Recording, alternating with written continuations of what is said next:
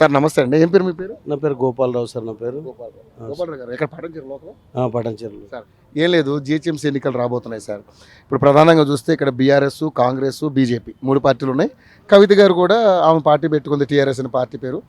పవన్ కళ్యాణ్ కూడా ఆయన కూడా ట్రై చేస్తున్నాడు. సో మరి ఈసారి మేయర్ అయ్యే అవకాశం ఈ సిటీలో అంటే ఈ హైదరాబాద్, ఈ విశ్వనగరంలో ఎవరికి అవకాశం ఉంది, ఏ పార్టీకి అవకాశం ఉంది? ముఖ్యంగా మన పటాన్చెరు నియోజకవర్గంలో వాటర్ కానీ, రోడ్లు కానీ, డ్రైనేజ్ సిస్టమ్ కానీ ఎలా ఉంది, ఏమనిపిస్తుంది? ఇక్కడైతే ఇప్పుడు ప్రస్తుతానికి అయితే మంచిగానే ఉన్నాయి సార్. ఇప్పుడైతే మంచిగానే ఉన్నాయి సార్.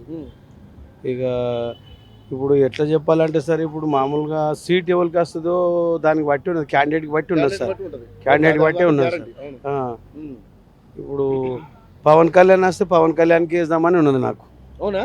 ఎందుకే మరి ఎందుకనంటే కొత్త వాళ్ళకి చూద్దామని ఉంటాను. ఇప్పుడు ఆయన ఆయన ఉన్నాడు కదా సార్, విజయ్. తమిళనాడు అట్లా మంచిగా చేసే వాళ్ళకి చూస్తున్నాము. పాత వాళ్ళకు విజయ్ మంచిగా చేస్తున్నాడు అర్థమైపోయింది సార్. అవి పంపిస్తున్నారు కదా సార్, అవి టీవీ వాళ్ళు వీళ్ళు పంపిస్తున్నారు కదా, డైరెక్ట్ పోయి చెక్ చేస్తున్నారు కాబట్టి ఇట్లా అంటున్నారు. అట్లా మంచిగా చేసేటోళ్ళకి వేద్దామని ఉన్నది. క్యాండిడేట్ 100% చేస్తున్నాడు సార్. ఆయన గురించి చాలా తెలియదు. కొన్ని ఆంధ్రలో అక్కడ వేస్ట్ కాదు సార్. ఆయన కొన్ని ఇప్పటిదాకా కరెంట్ లేని ఊర్లకు కొన్ని రోడ్లు నిలబడి వేయించిండు, ఇక్కడే కొంచెం చేసిండు. ఆయనకి ఏమంటే ఇది లేదు, ఇట్లా స్వార్థం లేదు కానీ ఇప్పుడు ఇక్కడ మా లోకల్ ఎమ్మెల్యేకి తట్టుకునే వాళ్ళు చాలా కష్టం అనుకో. ఇక పబ్లిక్ చెప్పరు ఓపెన్ గా, వాస్తవాన్ని చెప్పాలంటే. తెలంగాణలో ఆంధ్ర అనే ఫీలింగ్ తీసుకొస్తారు కదా, మరి అది పిచ్చోళ్ళు ఎవరన్నా, పిచ్చోళ్ళు సార్. అది తప్పు.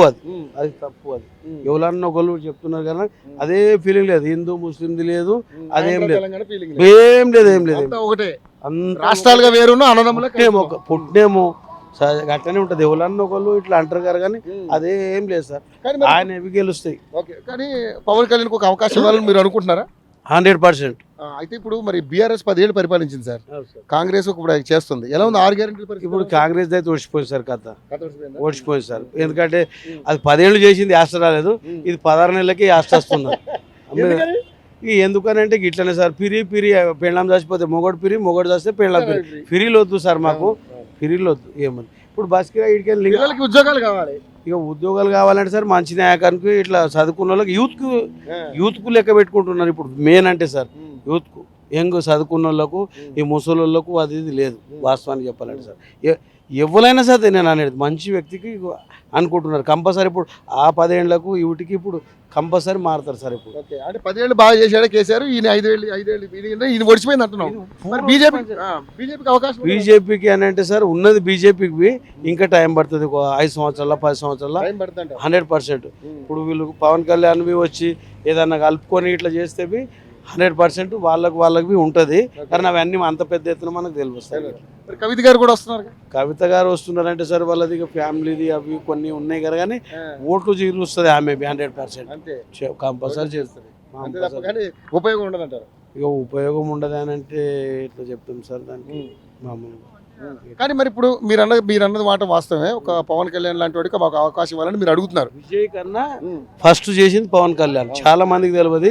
కొన్ని రోడ్లకు, కొన్ని కరెంటు, కొన్ని సార్ నేను విన్నాను. అది ట్రాన్స్పోర్ట్. నేను అనేది ఏమంటే ఆంధ్రాలో తిరిగిన నేను అనేది వాస్తవం చెప్పాలంటే. మేము ఇప్పుడు ఏదన్నా ఇప్పుడు ఎన్టీఆర్ అనుకుంటున్నాడు కొత్త పార్టీలో, ఆయనవి ఇక్కడ పెడితే 10 సీట్లు గెలిచి మంచిగానే నొక్కేస్తాడు అనుకో. ఆయనవి ఏమి ఎన్టీఆర్వి #1 క్యాండిడేట్, ఆయనకు దొక్కేస్తున్నారు కాబట్టి ఆయన నిలబడితే క్యాండిడేట్లు గెలిచే రకం ఆయనకి ఉన్నది. ఎన్టీఆర్ కూడా ఉంది, 100% ఉన్నది సార్, ఉన్నది. సో మరి ఇప్పుడు జిహెచ్ఎంసీ ఎన్నికలు సార్, మరి మేయర్ అయ్యే అవకాశం ఇప్పుడు పవన్ కళ్యాణ్ ఒకసారి ఇవ్వాలనుకుంటున్నారు మీరు? ఇప్పుడు మేము ఇక్కడ ఇది ఎన్నేళ్ళది సార్, ఇది మాది ఆందోళన కాన్స్టిట్యూన్సీ. ఇప్పుడు ఇక్కడ సెట్ అయినాము. మాకు ఇంకా అభిమానం ఉన్నది ఎందుకు సార్? మరి ఒక మాట మీరు ఎందుకు అక్కడ టీఆర్ఎస్ ఉంది, ఇక్కడ బీజేపీ ఉంది, మేము ఇక్కడ తెలంగాణ వాళ్ళం. మరి ఇది ఎందుకు పెట్టుకొని తిరుగుతున్నాం సార్ 20 ఏళ్ల నుంచి? మరి దీన్ని బదనాం చేయడానికి చాలా మంది ప్రయత్నం చేస్తున్నారు గారు. కానీ ఎట్లాంటి 25 ఏళ్ళు ఎర్రంనాయుడు సాగుకు పోయినాము, మాది ఆందోళన కలిసి నుండి ఇప్పుడు ఇక్కడ సెట్ అయినాము కదా. మేము లాల్జాన్ పాషా సాగుకు పోయినాము.